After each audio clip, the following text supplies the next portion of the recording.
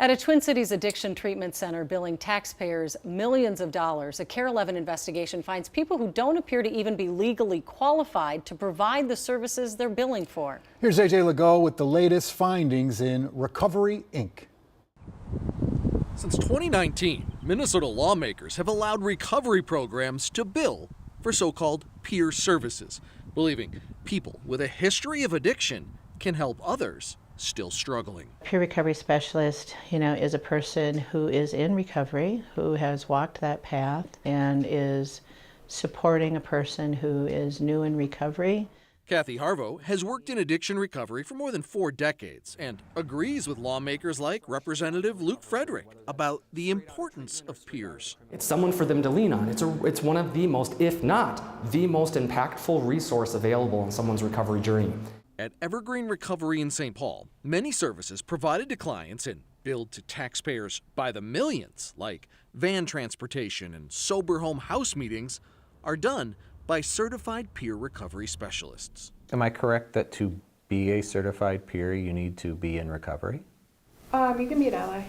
That's Bailey Peterson Ford, Evergreen's Director of Housing and a certified peer. Her answer about being an ally or friend of someone in recovery seems to contradict Minnesota law, which states to be qualified as a recovery peer, you must have a minimum of 1 year in recovery from substance use disorder. But at Evergreen, they told us the law doesn't say what it says, and you don't have to be in recovery personally to be a peer. No. You don't have to be in recovery. So I have been a certified peer recovery specialist. That's Evergreen CFO Heather Heim, who told us she does not battle addiction and is not in recovery, but dated someone who is, so she says she qualifies. So I was right there in it with him, and it really did inspire me to take the course and training and become a certified peer recovery specialist. But that's not what the Minnesota Certification Board tells applicants. To be certified, they say, in bolded print, peers are required to have their own lived experience related to substance use. Having a friend or family member with this experience does not meet this requirement. It is clear. I think so. I think so. Minnesota State University at Mankato Associate Professor Roy Kammer is the former executive director of the Minnesota Certification Board.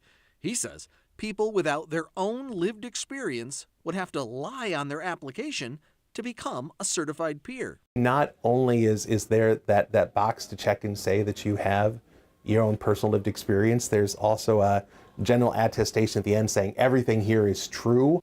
So why does this matter?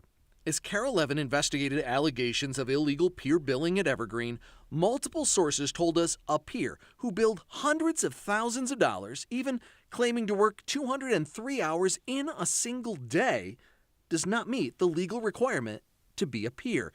In fact, Evergreen management and owner David Backus told us most of their peers don't have a history of addiction. Somebody that doesn't have a drug problem has as much to teach somebody as someone that does have a drug problem.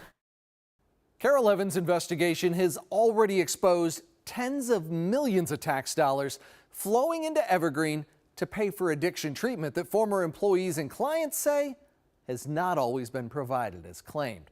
There's a federal investigation underway, and these latest findings raise serious questions about whether some employees are even legally qualified to provide the services taxpayers are footing the bill for.